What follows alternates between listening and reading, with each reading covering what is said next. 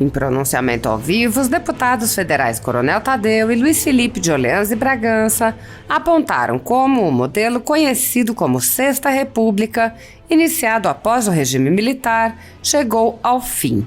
Conforme Luiz Felipe, o Brasil vive uma encruzilhada em que a população, por meio de sua mobilização, decidirá se estará consolidada uma ditadura operada por uma organização criminosa ou se será fundada uma nova república por atuação do Congresso Nacional, pressionado pela movimentação popular, com vistas a exercer uma oposição ferrenha a Lula. Coronel Tadeu asseverou: pode esperar aumento de impostos. Vão aumentar as despesas. Já começa com os 13 ministérios a mais que estão sendo anunciados. Cargos comissionados, logo nos primeiros 90 dias vamos ter uma explosão de cargos comissionados para todos os lados. Isso vai aumentar os gastos com pessoal. O governo Lula será perdulário e irresponsável com as finanças. Eles vão estourar o caixa, quando, na verdade, deveriam aproveitar a forma como Paulo Guedes passará ao Ministério da Economia. Os estados com mais desemprego estão onde o PT ou outro partido de esquerda comanda: Piauí e Maranhão. Eles preferem fazer a política populista ao invés de chamar o povo para briga, para trabalhar, para produzir. Eles invertem a ordem das coisas. Luiz Felipe, por seu turno, argumentou: se houver pressão popular, Lula vai ter muita oposição. Uma oposição séria, ferrenha. Ele não vai conseguir governar. Se não houver pressão popular nos deputados, ele vai atropelar. Teremos uma ditadura que a gente nunca viu ou imaginou antes, aprovada pelos deputados ainda.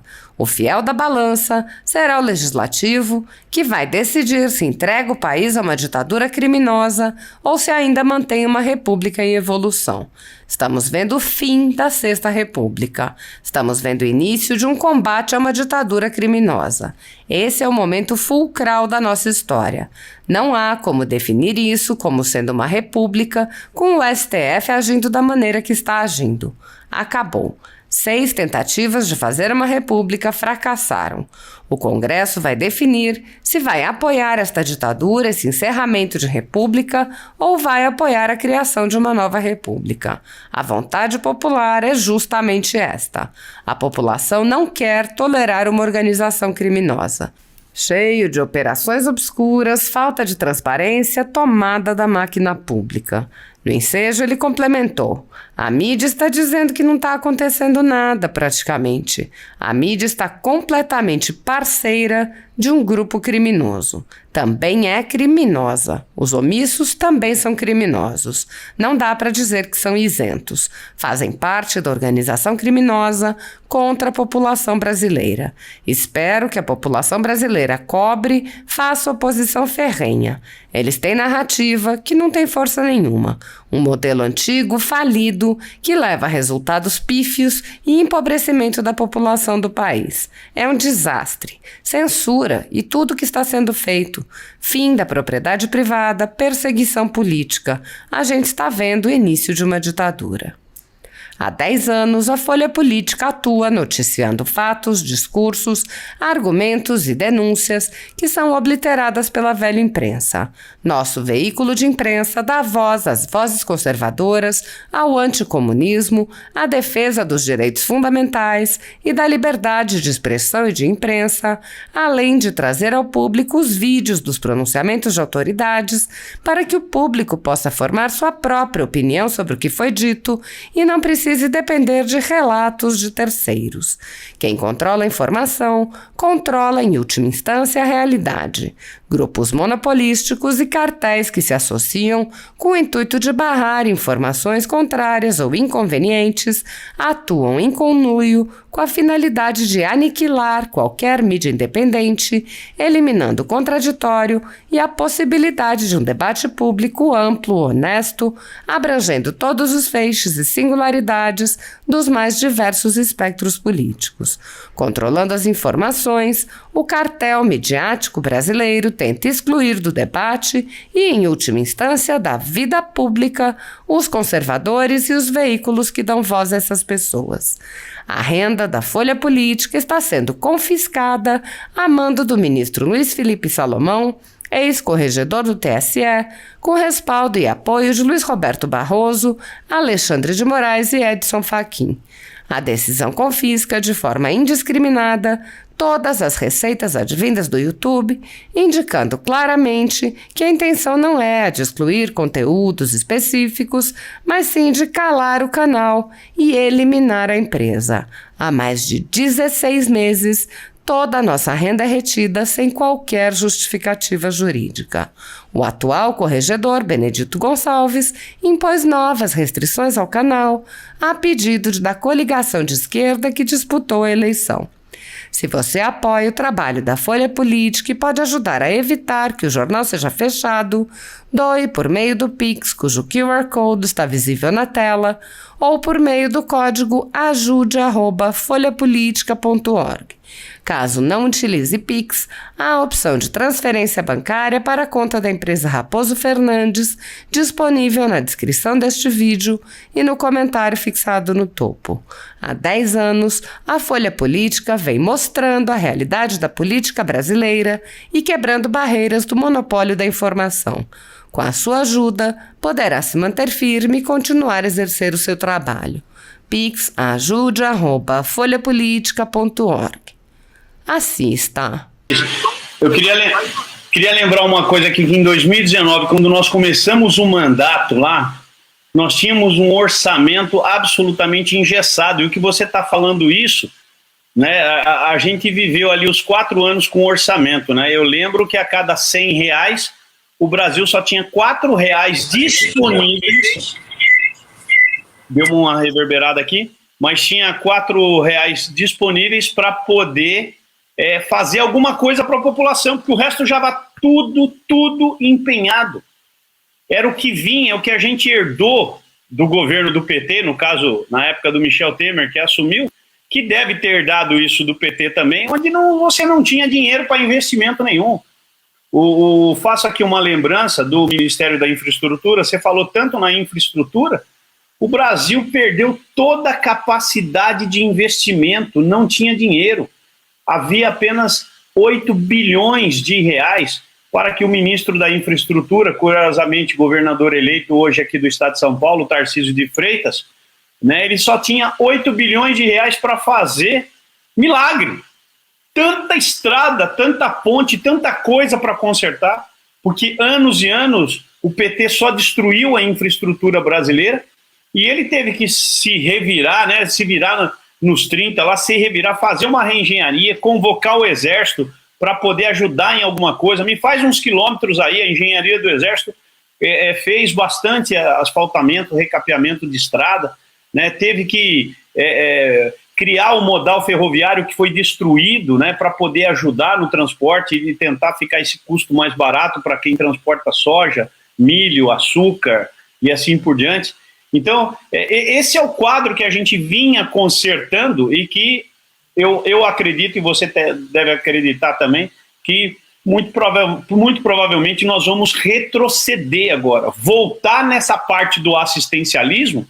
Eu não sou contra o assistencialismo, viu, Lios? Não sou, acho que você também não é. Há regiões que precisam, mas quando você chega com assistência, né, seja lá o programa de distribuição de renda, que tenha qualquer nome, hoje está ali Auxílio Brasil, mas imediatamente você tem que chegar com emprego. E aí eu vou contar uma coisa para você que me estarreceu lá na Argentina. Se você não chega com emprego, e meio que forçadamente, você tem que forçar aquelas pessoas a trabalharem, a produzir, do que serem sustentadas pelo governo. O governo não está aqui para sustentar ninguém, o governo está aqui, né, para oferecer serviços de boa qualidade, serviços essenciais à população. Né? Quem tem que sustentar você é o seu trabalho, é a sua força de trabalho. Você vai para um campo. E olha, Luiz, deixa eu te falar o que eu vi na Argentina, e a gente tem que tomar muito cuidado para não virar aqui. O salário mínimo na Argentina está em torno de 57 mil pesos esse mês de novembro, 57 ou 59 mil pesos, ou seja, dá R$1.000. O governo de lá aprovou uma bolsa familiar, lá, uma bolsa de ajuda de custo, de aproximadamente 140 mil pesos, ou seja, quase 3 vezes maior o salário mínimo que eles praticam. E o que aconteceu? O argentino não quer mais trabalhar. Ele se sente muito bem dentro de casa, assistindo televisão, ganhando 140 mil pesos, agora do governo, sem fazer absolutamente nada, nada. Há uma dificuldade muito grande hoje do empresário em contratar. E o que eles estão fazendo? Há muitos brasileiros que estão lá trabalhando, porque o argentino não quer trabalhar. Eles inverteram. Agora eu pergunto, como é que sustenta um sistema desse, Luiz? Onde uma parte quer trabalhar e a outra não quer ficar em casa. E eles estão ali, eles tudo tranquilos, o dinheiro cai na conta todo mês. Sabe aquela medida populista, que a gente sabe que é muito populista, para ter voto na outra eleição? Assim está a Argentina, e a gente precisa tomar muito cuidado para isso aqui não vir para cá também. Como é que paga isso? A inflação, porque a inflação lá está... A inflação na Venezuela está batendo 4%. Então, vamos falar de assistencialismo, porque esse é um ponto que é importante esclarecer para muita gente. Como é que eu penso sobre assistencialismo? Primeiro, ele não deve ser federal. Tá? Eu não acredito em assistencialismo federal. Se for para acontecer, tem que ser local, pelos municípios, pelos estados. Porque o ajuste fino tem que ser feito no nível local. O Poder Federal ele vai criar uma média nacional e que para alguns vai servir, para outros não vai estar fora da média do padrão de um, vai para dentro do padrão de outro, ninguém nunca vai estar feliz. Primeiro ponto. Segundo, tem que ser para quem de fato é incapaz, né? De quem está fora da economia, de quem não pode trabalhar, que tem alguma deficiência, ou porque é criança, ou é idoso, ou porque está numa situação de vulnerabilidade, alguma coisa assim, que você cria um programa assistencialista. Terceiro ponto, ele tem que ser temporário. Né? Você tem que medir quem é que está saindo do plano. Né? Aqui eles estão medindo, tem que fazer para todo mundo, e querem expandir cada vez mais. Eles têm a ambição de expandir cada vez mais. Isso não é sustentável. Mas aí vou dizer a vírgula desse último comentário. Seria sustentável se por acaso ele primeiro obedecesse as primeiras regras, fosse local, fosse temporário, fosse para os incapazes, não para as pessoas capazes, aqueles que têm emprego, aqueles que têm possibilidade de trabalhar, esses ficam fora. Eles têm trabalho, têm oportunidade. Então você já limita o quanto de recursos você vai despender e aqueles que realmente precisam vão receber. Agora, o último comentário, se é sustentável ou não. Ele seria sustentável se não houvesse todo o resto. Imagina você até ampliar o Auxílio Brasil, mas você não ter que cobrar por previdência, por saúde, por educação, você pagar ainda mais e você dá a opção da família de escolher para onde que manda o filho para a escola, que plano previdenciário que pega. Mas do jeito que está, eles obrigam todo mundo a pagar a previdência estatal, e um político como nós vai definir o quanto que eles vão receber, em que data da sua aposentadoria. Então está entregando para o político o poder. A mesma coisa com relação à saúde. Quem estabelece os padrões de saúde é o Ministério de Saúde. Deveria ser individualmente, você faz ali a sua boa opção daquilo que se enquadra mais nas suas necessidades, né, em termos de custo, etc. A mesma coisa com a educação dos teus filhos. Então, tudo isso, quando você estatizou isso tudo, em nome da bondade coletiva, vamos fazer bondades aqui, vamos dar para todo mundo isso aqui. Na verdade, você está dando algo muito ruim e muito caro. Essa que é a verdade. Nenhum país que tem o modelo brasileiro está satisfeito, que é o modelo SUS, que é o modelo de educação estatizada que nós temos, tanto de educação de base como de educação superior. A mesma coisa na questão da Previdência, a Previdência estatal, obrigatória, que você não sabe quem é que está gerindo a tua poupança. Nada disso. Então imagina você pegar tudo isso que você gasta, que você cobra, e você entregar em Auxílio Brasil. Imagina isso. Mas você não ter os outros custos. Aí você teria a população com mais opções. Porque aí eles estariam empregando aquilo que de fato eles queiram, não aquilo que está... que eles são obrigatórios a terem que fazer fila lá junto para receber saúde, educação e previdência, e ter que implorar para a previdência deles ainda ter alguma coisa, porque um político não vai botar a mão naquela botija. Então é isso que a gente tem que começar a olhar essa questão de assistencialismo aí com um pouco mais de rigor, tá? Porque eu vejo que muito deputado forma opinião em torno disso, não sabe contrapor, não tem essa didática bem construída, então a gente está sempre caindo na narrativa da esquerda. Sempre caindo na narrativa da esquerda. Tem que dar mais saúde, tem que dar mais educação. Mas é a educação que eles controlam. É a saúde que eles controlam. Né? Os grupos oligarcas, as grandes empresas de saúde, grandes empresas de educação estão acopladas a esses que dizem que nós precisamos de mais educação e saúde. Na verdade, eles estão agindo em prol dos grandes empresários, que são os oligarcas que alimentam todo o sistema de saúde e sistema previdenciário e também o sistema educacional. Isso flagrantemente foi visto no programa do FIES, né, Financiamento Estudantil. E para onde foi todo esse dinheiro? Para financiar grandes grupos de educação, grandes empresas do setor de educação. E foi feito de uma forma, né, que a gente teve que consertar o problema, né, quando teve aquela medida provisória que ofereceu o desconto inicialmente de 92%, depois colocaram 99%, porque havia mais de 1 milhão de estudantes com nome sujo, porque não conseguiram encontrar o emprego lá na frente assim que eles se formaram, né, que é aquele problema. Você põe o sujeito para estudar, mas uma hora ele vai ter que enfrentar o mercado de trabalho, ele vai ter que disputar o mercado de trabalho. Aí encontrou um país em completa recessão, por tudo isso que você comentou, por essas medidas absolutamente absurdas que foram tomadas e que faz o Brasil, num governo de esquerda, destoar de qualquer outro país, e aí a coisa não andou de jeito nenhum. O sujeito sai da universidade, olha para a rua, olha para a esquerda, olha para a direita, onde é que está meu emprego? Não existe. E aí, 2 anos depois, aqueles 2 anos de carência, ele não tem um tostão furado para repor esse dinheiro. Isso é fato. Eu ia até te perguntar, mas praticamente você já respondeu em diversos momentos, né? O que a gente podia esperar de um governo de esquerda? Mas a gente tem que falar para o nosso público, pode esperar aumento de imposto, porque eles vão aumentar a despesa, com toda certeza, vão aumentar a despesa, já começa aí com os 13 ministérios aí a mais que estão sendo anunciados.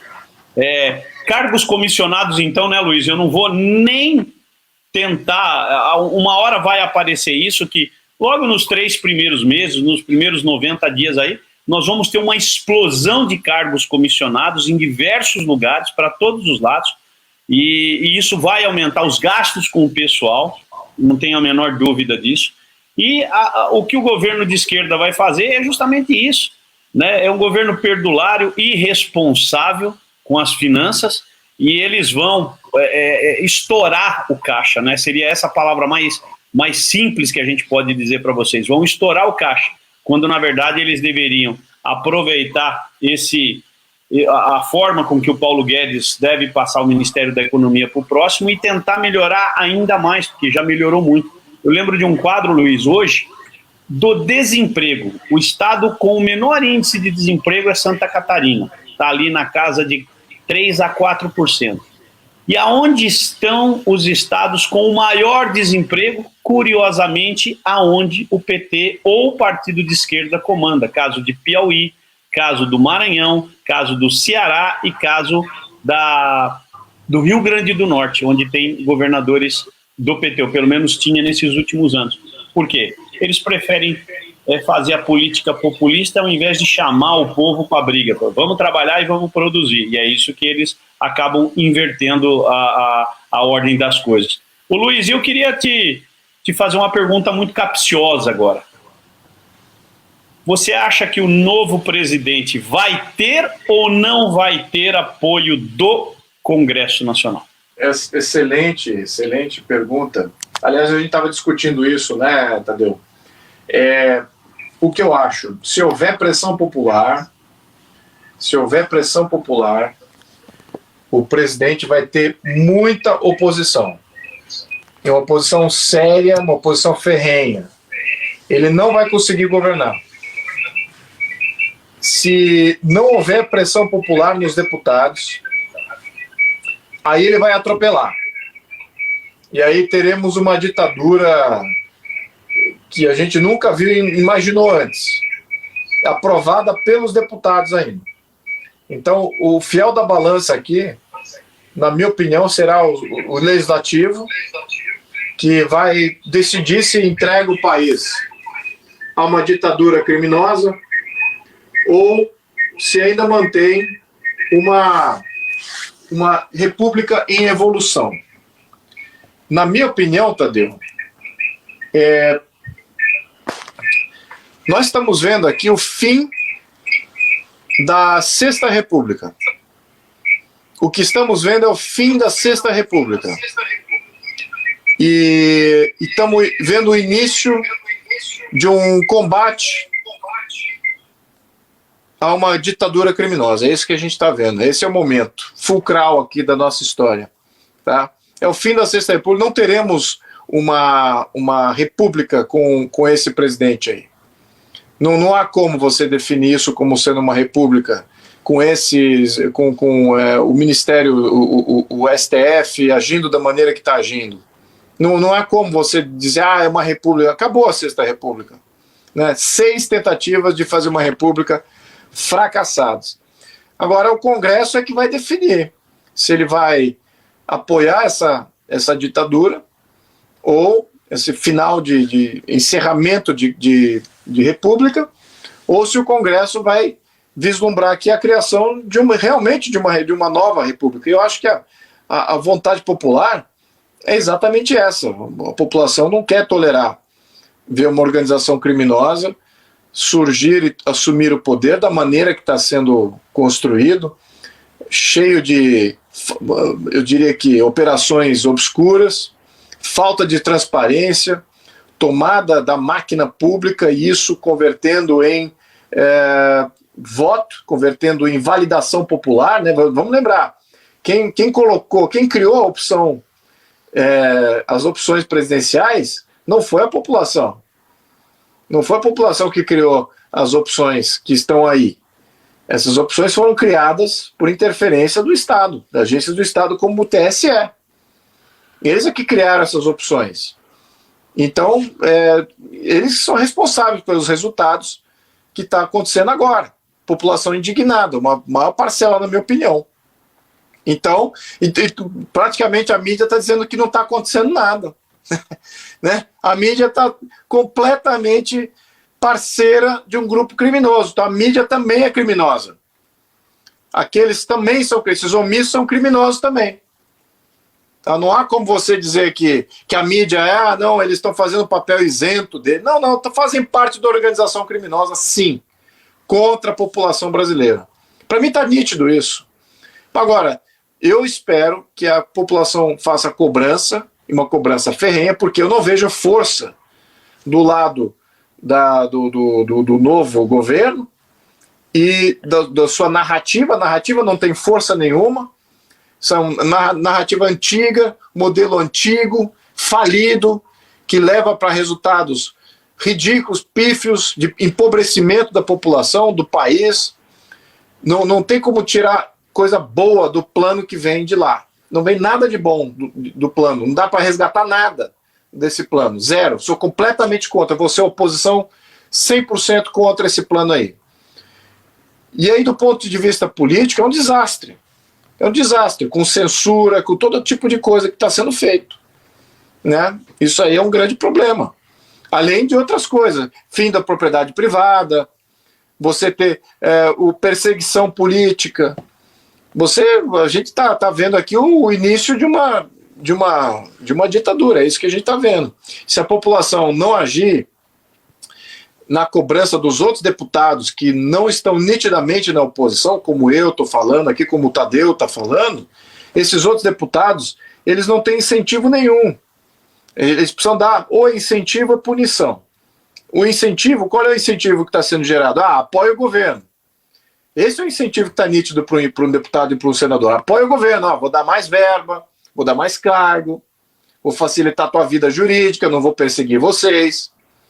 Agora, qual é o incentivo para você ser oposição? Nada, é só punição. Vou te perseguir, não vai ter emenda parlamentar, vocês não vão ter espaço nenhum, não vão ter chance de ter uma próxima janela eleitoral. Então, a população tem que vir ao encontro e falar o seguinte, tá bom, nós não podemos dar um incentivo, mas a gente vai garantir uma punição. Se vocês entrarem para o apoio ao governo, vocês vão ser punidos eleitoralmente, garantido. Aí sim, aí isso cria uma balança ali com relação às propostas que vêm do governo. Então é isso que eu acho, Tadeu. Estamos no cúspide aí de um embate. Primeiro, deixa eu pedir desculpa. Agora que eu descobri, Luiz, que quando você começou a falar, aí eu fui lá e mutei os dois microfones, né, do computador e do código, acabou o eco. Então, por isso que eu fiquei em silêncio e não tinha nada aqui. Então, a gente agora tem que ter disciplina, né? Se eu estiver falando, você muta os seus microfones, né? E vice-versa, né? Aí eu peço desculpas para todo mundo que ficou dando eco, mas o pessoal me deu o aviso aqui, eu fui lendo os comentários, Luiz, por isso que é bom interagir com os comentários. O pessoal deu a dica aqui, eu nem sei quem foi que deu a dica aí. Falou, muta os microfones que para o eco. Então, quando você estava falando, eu mutei os meus dois, né? E deu certo. E, Luiz, você falou escancaradamente aquilo que eu queria falar mesmo. Foi, gente, eu fiz essa pergunta do Luiz porque a gente pensa muito igual. Lula terá apoio do Congresso? Claro que vai. Claro que vai. Só não vai ter se a população pegar ali na unha, pegar a chave de fenda, a morsa e apertar o seu deputado. Em quem você votou, aperte ele mesmo, cobre uma postura que nem essa do Luiz, cobre essa postura. Não vou apoiar esse governo, e eu também não vou, porque provavelmente a PEC seja votada aí dos 200 bilhões por esses dias. Nós vamos ter ainda mais 3 semanas, provavelmente, a semana que vem, 1, 2, 3, 4 semanas ainda de trabalho dessa legislatura. Em 4 semanas eles vão querer aprovar esses 200 bilhões. Com o meu voto, não. Com o voto do Luiz, também não. Não tem cabimento isso.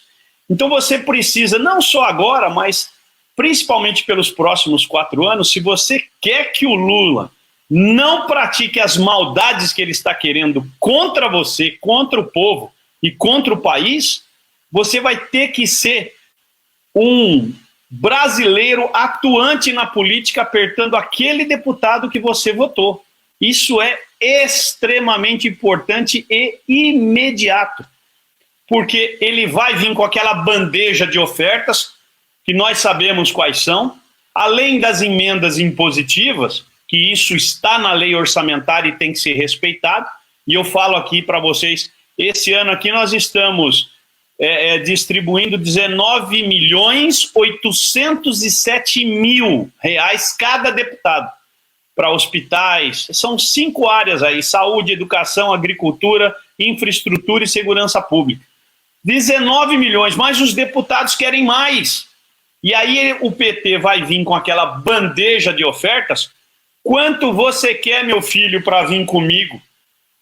E aí, passa o mel, né, na frente do deputado e ele fala, eu quero mais 20, eu quero mais 30. Da onde sai esse dinheiro? Estão tirando dos ministérios, estão simplesmente cortando os dedos, cortando a mão, cortando o pulso, cortando o braço do ministério, e o ministério não trabalha porque não tem dinheiro para fazer as coisas.